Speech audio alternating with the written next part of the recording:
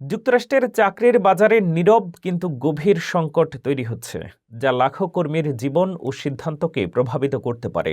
বাইরে থেকে অর্থনীতি স্থিতিশীল মনে হলেও ভিতরে ভিতরে কর্মসংস্থানের নিরাপত্তা দ্রুত দুর্বল হচ্ছে। বিশ্লেষকরা বলছেন, এই অস্থিরতা ভবিষ্যতের শ্রমবাজারকে স্থায়ীভাবে প্রভাবিত করবে। চাকরির নিরাপত্তাহীনতা বাড়ায় কর্মীদের মানসিক চাপ ও উদ্বেগ, যা পরিবার, শিক্ষা ও দৈনন্দিন জীবনের উপরে দীর্ঘমেয়াদী প্রভাব ফেলছে। যুক্তরাষ্ট্রের চাকরির বাজারে এক ধরনের নীরব কিন্তু গভীর সংকট তৈরি হচ্ছে, যা আগামী দিনে লাখো কর্মীর জীবন ও সিদ্ধান্তকে প্রভাবিত করতে পারে।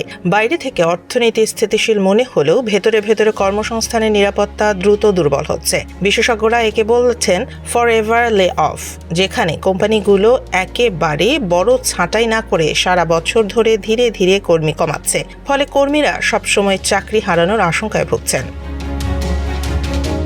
2025 সালে এই উদ্বেগ চরমে পৌঁছেছে। সাম্প্রতিক জরিপ বলছে প্রতি 5 জন কর্মীর 4 জনই চাকরি হারানোর ভয় পাচ্ছেন, যা কোভিড মহামারীর শুরুর সময়ের চেয়েও বেশি। এবছর এখন পর্যন্ত 11 লাখের বেশি মার্কিন কর্মী চাকরি হারিয়েছেন। চাকরির সুযোগ কমে যাওয়ায় অনেকেই অসন্তুষ্ট বা ক্লান্তিকর চাকরিতে থেকেও তা ছাড়তে সাহস পাচ্ছেন না।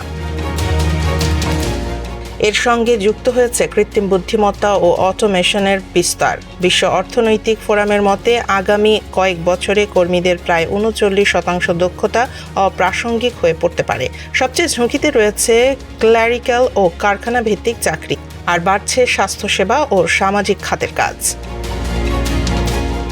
এই অনিশ্চয়তা বাড়াচ্ছে মানসিক চাপ ও বার্ন আউট, যার আর্থিক ক্ষতি বছরে প্রায় $300 বিলিয়ন। বিশ্লেষকদের মতে যুক্তরাষ্ট্র এখন এমন এক শ্রমবাজারে প্রবেশ করছে যেখানে অস্থিরতাই হয়ে উঠছে নতুন স্বাভাবিক বাস্তবতা।